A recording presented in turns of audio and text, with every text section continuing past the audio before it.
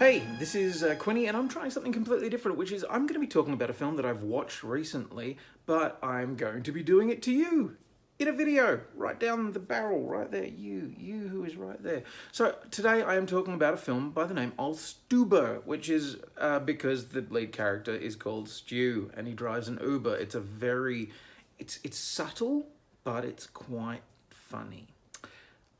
And so is the film. Actually, I was going to be all snarky and everything, but the film is actually a pleasant surprise. It's Kumail Nanjiani and Dave Bautista, and it looks for all the world like a absolutely typical buddy cop action romp. This is 48 Hours. This is Assassin's Bodyguard. It looks like all those kind of things, but it's not. And the thing that I find really cool about that is the reason that it is not what you expect and is not all those films is because it's asking some questions about masculinity. And that's going to be the sort of thing that immediately makes a whole bunch of people go, nah, boop. But this is a really smart film. So the basic premise is that Dave Bautista's character has had laser eye surgery. He's a cop, and he's hunting down somebody who killed his partner. Oh, yes, it's all the, oh, you killed my partner. I'm so angry at you. Whatever. He is also trying to reconcile with his daughter, got a bad relationship. I mean, it is absolutely typical setup. There is nothing out of the ordinary here at all. But to then catch this person, he has to get an Uber because he cannot drive. And that Uber is Stu, the Uber driver. Stuber, there you go. Kumail Nanjiani is Stu, who works for a Best Buy type kind of place and is miserable. He lives a shitty life where he has to deal with a dumb boss who he really hates. And at the same time, he's trying to go into a work relationship with a lady who he's hooked up with in the past, and it was a bad idea, but now they're trying to get back, or he wants to get back together with her. Anyway, there's relationship drama and stuff as well.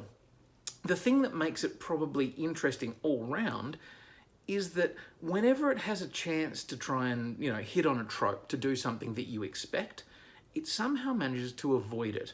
So it's a cop movie. It's the buddy cop thing. They go to a strip club. But here, the strip club is full of men. It's not, T&A everywhere. It is a lot of D and A. I don't know. That is not what I meant. Get your mind out of the gutter.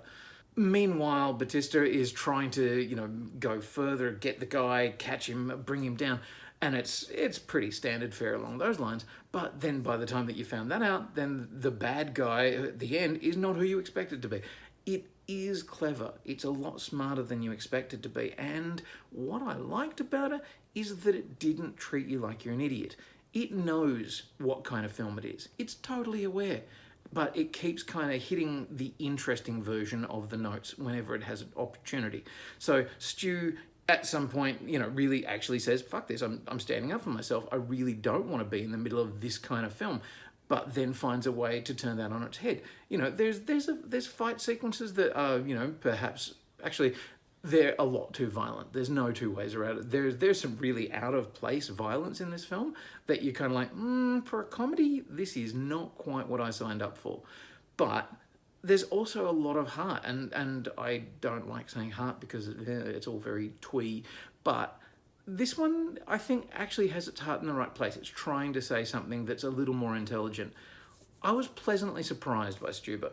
It's not going to win Academy Awards, and you know what? I have a feeling that it's questioning the whole questions of toxic masculinity and the fact that, men can't cry, men can't, talk to one another, and also the way that we're raised is really unhealthy in a lot of cases. All of that may actually alienate the audience that I think this one is probably being aimed at in terms of just the marketing and everything like that. So conceivably, it may not hit its mark with an audience, but it really hit its mark with me. And it is a really fun film. And I think that it's well worth a look, which is not what I expected to say about it. I'd love to rate it 5 stars just for the sake of the Uber gag, 5-star Uber and everything, but I don't think that I can because, quite frankly, this Uber ride smelt a little bit, and occasionally, well, you didn't offer me water, you didn't give me candy, any of that stuff. So the conversation was interesting, but you may have missed the drop-off. Sorry, no 5 stars. Let's go with about 3.5. Yeah,